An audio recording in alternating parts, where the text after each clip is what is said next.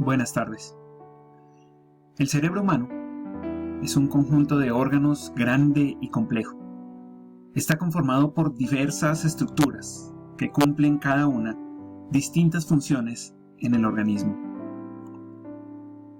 Las más visibles están en la parte más externa y desarrollada, permitiendo su existencia desde el procesamiento de la información que proviene de los sentidos que los captan y llega a poner en marcha la capacidad cognitiva compleja de la corteza cerebral. Pero esa corteza cerebral no tiene una estructura única en toda su superficie, ni tiene en todos los puntos las mismas funciones.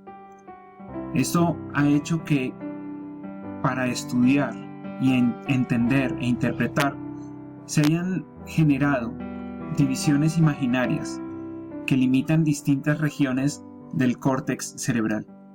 Y de entre todas las que existen, la más conocida, la más aplicada, la más utilizada, se denomina las áreas de Brodmann.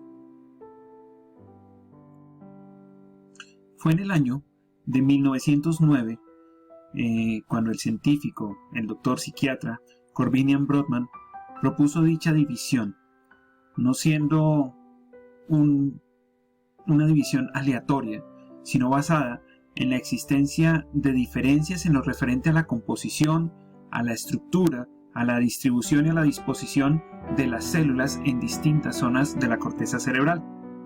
El objetivo del autor era generar una clasificación topográfica, un mapeo, desde el estudio de las características anatómicas, centrándose en la arquitectura celular y generando divisiones espaciales de la corteza para elaborar esta teoría y poder aplicarla en diferentes campos, principalmente en el estudio de las patologías cerebrales.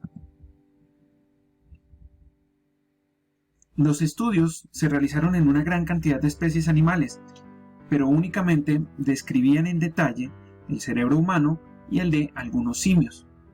En el caso del ser humano, Brodmann realizó una división en un total de 47 zonas o áreas, y si bien algunas de ellas pueden subdividirse hasta formar un total de 52 áreas.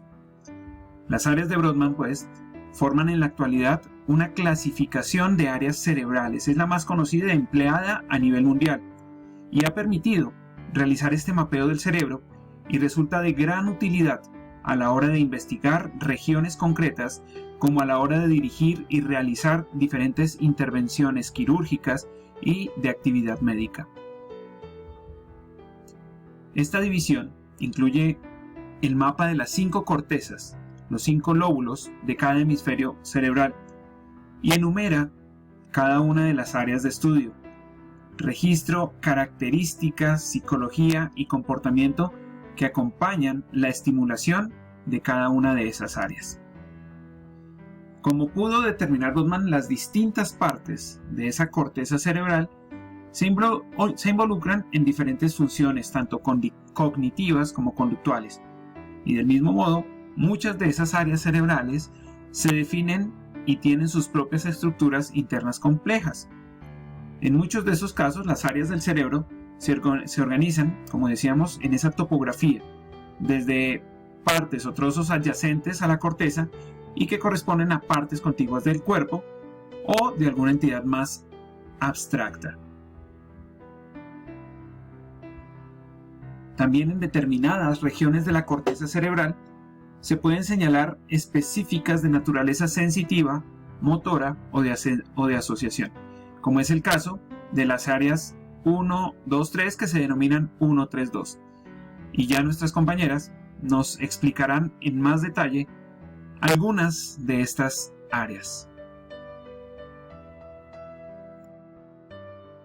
Área somatosensorial primaria 1, 2 y 3 correspondientes a las áreas de Brodmann.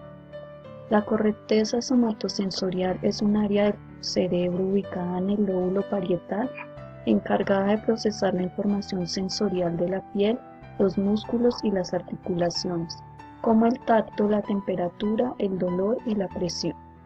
Las áreas específicas de la corteza somatosensorial corresponden a partes específicas del cuerpo. Estas sensaciones surgen de los receptores situados en todo nuestro cuerpo. Localización. La localización de las áreas 1, 2 y 3 se encuentra en el lóbulo parietal y la circunvolución parietal ascendente. En esta imagen podemos observar dónde se encuentra ubicada la área sensitiva, que corresponde al lóbulo parietal, que es este, y la circunvalación ascendente, que se encuentra ubicada acá, en esta parte, más hacia la parte superior del cerebro, como podemos observar en esta imagen de un cerebro desde una vista dorsal, muy cerca a la cisura de Rolando. Funciones. La función del área sensitiva primaria 1, 2 y 3 es básicamente que se organiza somatotópicamente. ¿Esto qué quiere decir? Que se organiza de tal forma que se encarga de las sensaciones más concretas del cuerpo. De tal forma que unas áreas, por ejemplo, como los labios, las manos, son más sensibles que otras, requiriendo más circuitos y zonas de la corteza para dedicarse al procesamiento de sus sensaciones. Como podemos observar acá en esta imagen, las áreas más grandes, estas son las que requieren de mucha más área de corteza, y también necesita como de más circuitos para poder enviar, para que los receptores les envían como la información a estos circuitos y la corteza las toma y así el cerebro pues las interpreta. Esta área de la cara, por ejemplo, la vemos situada en esta parte más hacia el área ventral del hemisferio izquierdo del cerebro, como se puede ver más acá, y las partes que son la parte superior del cuerpo, el tronco y las partes inferiores están más hacia la área superior del cerebro. En conclusión, el área sensitiva, el espacio que ocupa una parte del cuerpo en la corteza, no es fijo o estático y no refleja simplemente la densidad de los receptores que hay en la periferia, sino una parte del cuerpo no se puede utilizar. Su representación cortical disminuye de tamaño y también a la inversa. La estimulación eléctrica de esta región produce sensación de hormigueo o de fraguado en una zona contralateral del cuerpo, la localización de la cual se relaciona de manera ordenada con el punto estimulado. A continuación hablaremos de las áreas 44 y 45, mejor conocida como el área de Broca. Entonces, para iniciar es importante decir que el área de Broca es una de las principales zonas de la corteza cerebral responsable de producir el lenguaje. Se encuentra en la tercera circunvolución frontal del hemisferio izquierdo y corresponde a las áreas 44 y 45 de Brown. Como lo podemos observar aquí, distinguidas de color azul y de color amarillo. También es muy importante para iniciar decir que esta región del cerebro fue nombrada por primera vez en 1861 por el neurocirujano francés Paul Broca, que es el que también podemos observar aquí. Resulta que él descubrió la función de esta área mientras examinaba el cerebro de pacientes con dificultades de lenguaje. Entonces fue él quien descubrió que estas áreas desempeñan un papel totalmente importante y vital en la generación del habla articulada. Vamos a hablar un poco de la localización del área de Broca. Entonces, se encuentra en el lóbulo frontal izquierdo y controla las funciones motoras relacionadas con la producción del habla. Entonces, esa localización la podemos observar aquí, distinguida de color azul y distinguida de color rojo. Entonces, el área de Broca también cuenta con unas subáreas, ¿sí? En total son dos. Entonces, miremos la primera. La primera se llama triangular o anterior y es la que se encarga de la interpretación de varios tipos de estímulos y de la generación de respuestas verbales. Y Y tenemos la segunda subárea, que es la opercular o posterior, que es la que se ocupa de solo un tipo de estímulo y de coordinar los órganos del aparato fonatorio para la producción del habla. Entonces, aquí tenemos una imagen que nos va a permitir como distinguir mejor estas subáreas.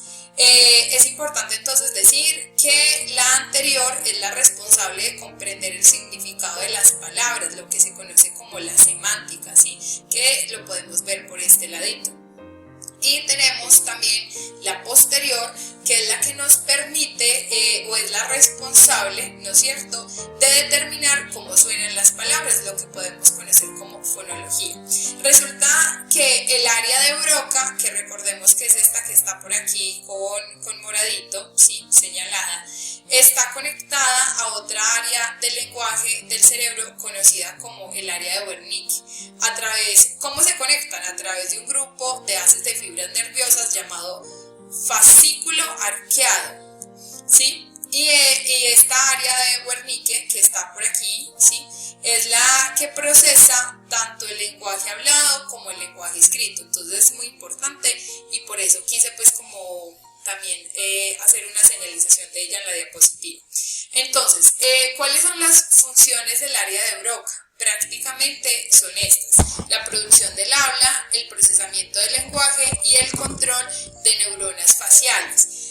Es importante decir que el procesamiento del habla y el lenguaje son de las funciones más complejas del cerebro. Por ese motivo hay varias áreas del cerebro que juegan pues como un papel vital en la comprensión del habla y del lenguaje. El área de Broca viene a ayudarnos a comunicar con precisión nuestras ideas a través del habla, ¿cierto? ¿A quién le comunicamos nuestras ideas? Pues a los otros.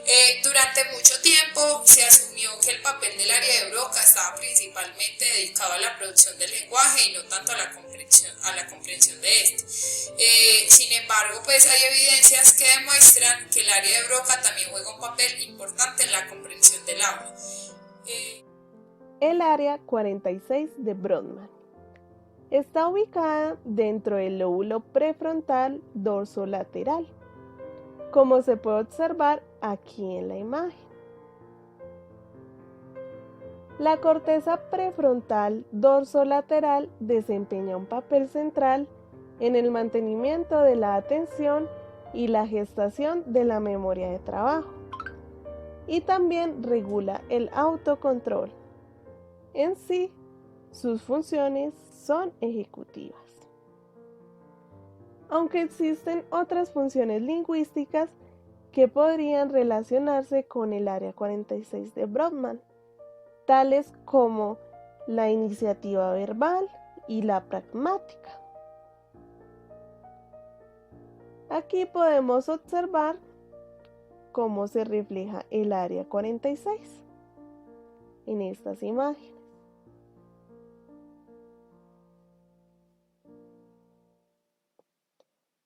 Ahora pasamos al área 47 de Brodmann, llamada pars orbitalis, la cual también participa en el área de Broca. Está en el giro frontal inferior, en su parte orbital, más cercana a las órbitas de los ojos, aquí en esta parte. Tiene una implicación importante en el lenguaje, ya que su papel es ayudar a entender y producir la sintaxis en el lenguaje y en el procesamiento de información de tipo musical.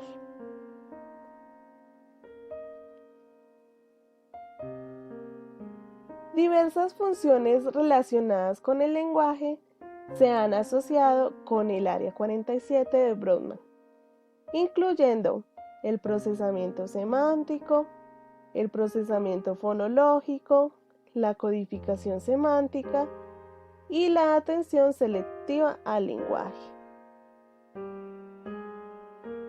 El área 47 también participa en actividades de tipo emocional, como la inhibición emocional adversa, y en funciones ejecutivas, como el razonamiento deductivo. Aquí también se pueden observar imágenes del área 47, que están cerca a las órbitas, al área orbital.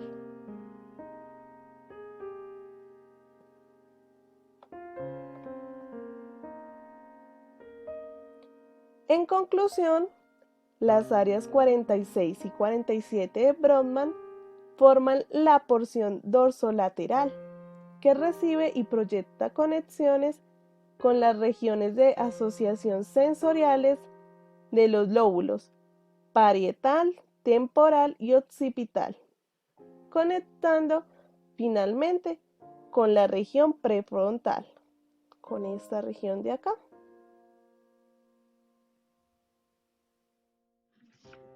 Buenas noches, mi nombre es Luisa Fernanda Zapata y les voy a hablar de una de las patologías que podemos encontrar dentro del área que mis compañeros ya anteriormente han mencionado, ¿sí? En este caso estaríamos hablando de una patología conocida como afasia de Broca.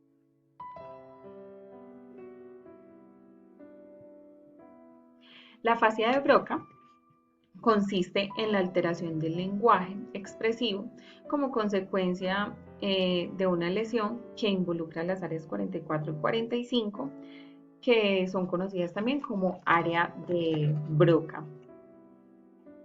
En la afasia aparecen alteraciones específicas que se manifiestan de forma variable en todos los niveles funcionales del lenguaje, como lo son el fonológico, pragmático, prosódico, sintáctico, semántico, y entre otros, y que originan un déficit patológico en la expresión y comprensión del lenguaje oral y escrito.